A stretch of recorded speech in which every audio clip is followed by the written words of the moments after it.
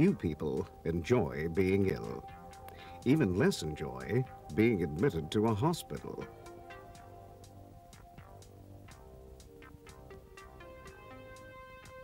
However, if it is unavoidable, many people living in the Rotterdam area would probably choose the Harbour Hospital for their stay in hospital.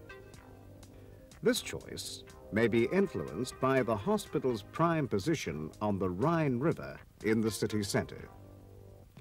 But also the hospital's fine reputation and its prominent role in the development of Rotterdam as the world's largest port are of no mean significance.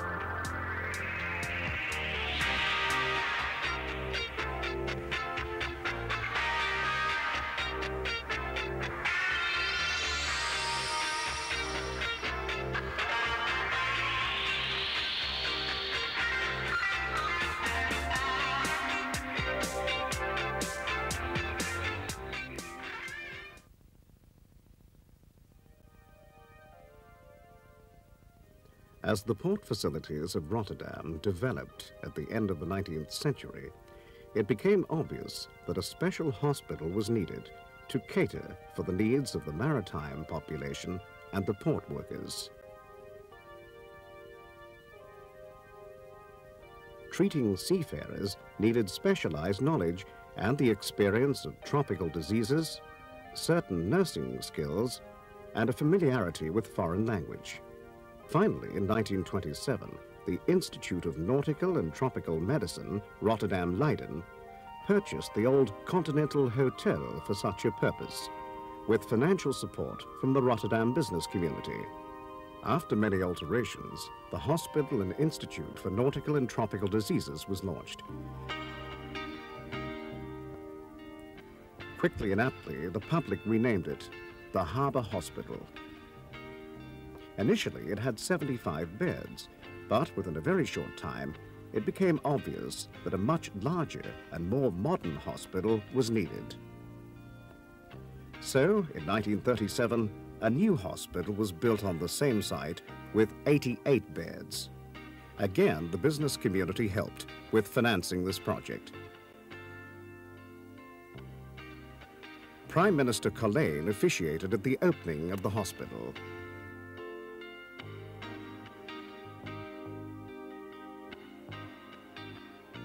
One of the most remarkable facts to emerge from the war years was that the hospital was one of the few buildings in the Rotterdam centre to remain standing after the bombing of the city.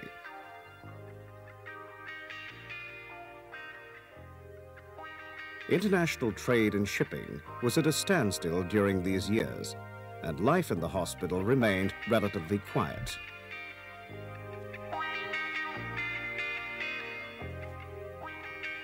After the Second World War, the character of the hospital began to change. No longer was the hospital treating exclusively the maritime community.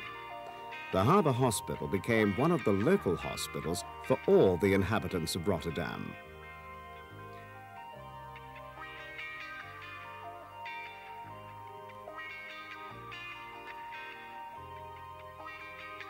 To fulfill this wider role, an extensive program of repair, renovation, and extension was necessary to increase the size, the capacity, and the quality of this hospital. Bigger and better, steadily improving all the time.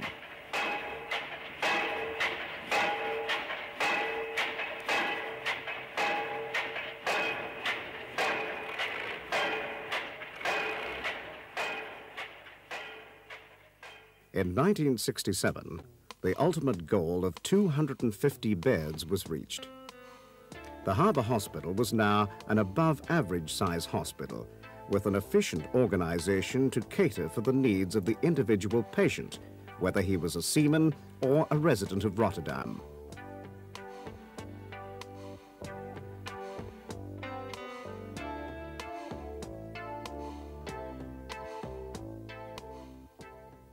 At the present time, the Harbour Hospital is primarily a hospital for the residents of the Rotterdam conurbation. Its expertise in the treatment of tropical diseases and the care of the maritime community remains, and it is the historic factor that gives the hospital its unique character. To respond to the special demands made upon it, the Harbour Hospital needs an efficient but flexible organization. People who work on ships and who need hospital treatment must be able to obtain appointments for treatment without long delays. Such a hospital must be able to improvise and react quickly to the unplanned and the unexpected. It seems that the Harbour Hospital, in its approach to patients and their needs, is more flexible than other hospitals, and non-seafarers can benefit from this adaptable approach to daily routines.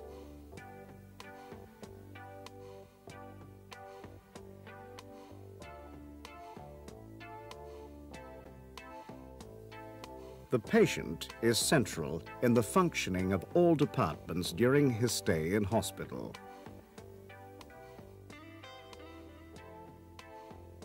Of course, one notices this especially at the treatment wards.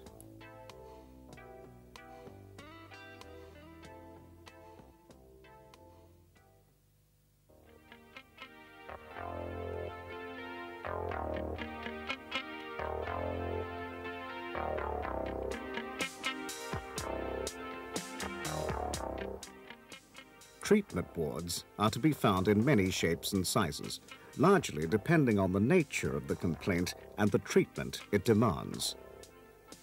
Where necessary, the most modern equipment is available to be used in such departments as the coronary care unit.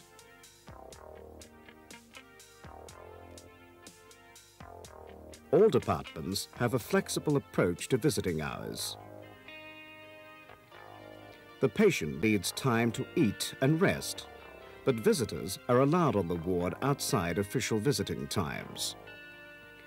Many foreign patients with tropical diseases and the maritime community give the Harbour Hospital an international character and an enormous experience for dealing with overseas patients who have come to the Netherlands for treatment.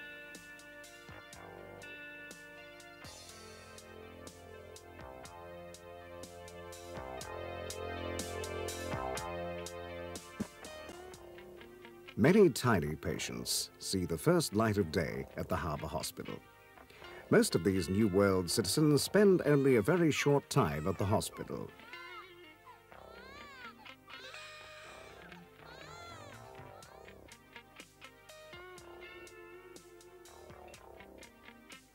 The mainly young day patients are other short-term visitors returning to their homes the same day.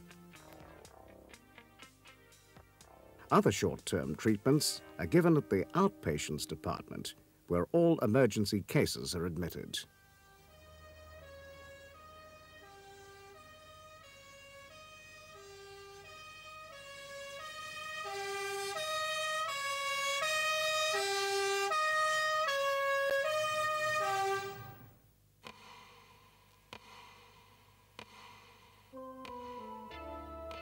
An impressive number of specialists work at the Harbour Hospital, and this number is growing steadily.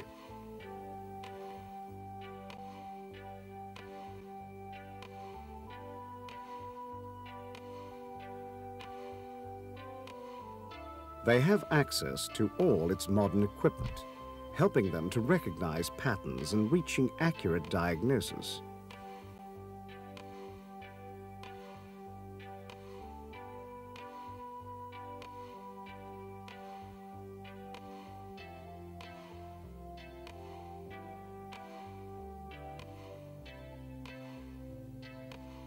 If more drastic action is needed, operating theatres are in a constant state of readiness.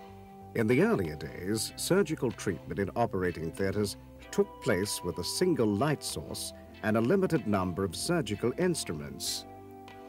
Today, the Harbour Hospital has extensive resources and scrupulous attention is given to all details.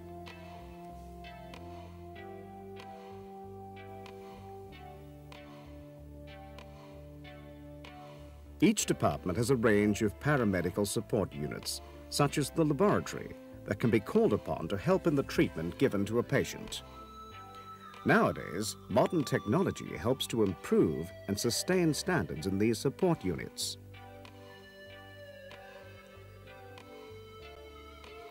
In the rehabilitation department, exercises are specially adapted to the patient's individual need, preparing him for a return to the normal life outside the hospital.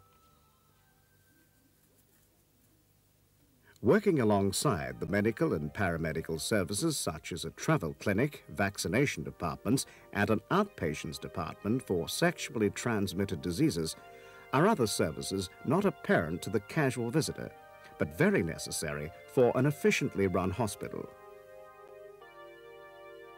At the Harbour Hospital, one realizes that all these services, medical and non-medical, are interlinked.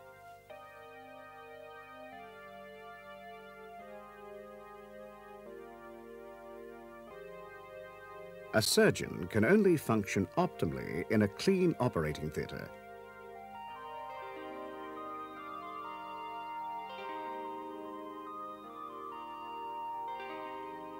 The medical services need efficient non-medical support services.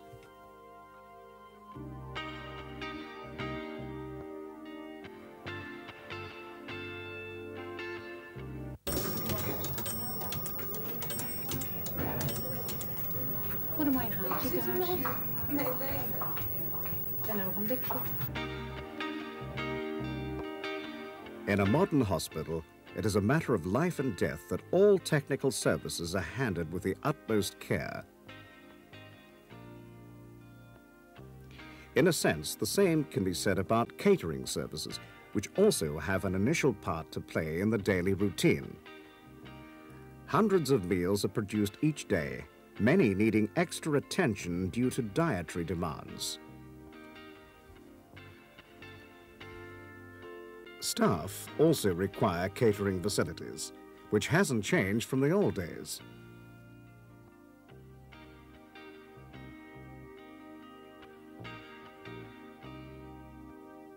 Sometimes one may have to eat in between duties. Otherwise, one can go to the restaurant on the 5th floor.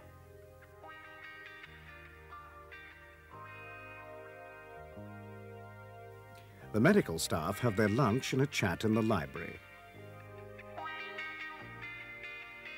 Afterwards, there is, of course, all the care necessary to uphold a very high standard of hygiene.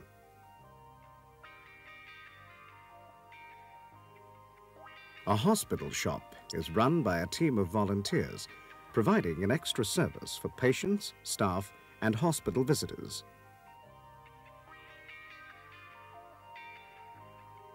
A library of books written in 31 languages is to be found here for the use of patients, and volunteers man a mobile library, visiting all wards and helping to make the stay of a foreign patient a little more pleasant.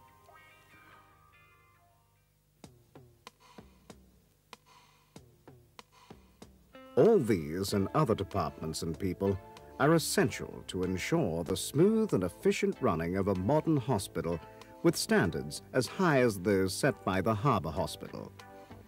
Most of these things happening, though, without being visible to the passer-by.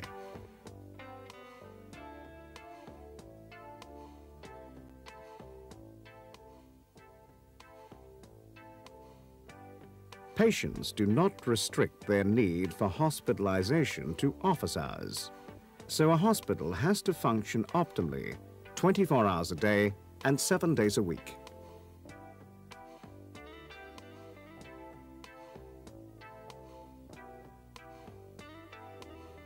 In addition to these standards, the Harbour Hospital is a hospital with a human aspect. With its name and its history, it is ideally located in the center of the Rotterdam conurbation, on the Rhine River, in the very heart of the city of Rotterdam.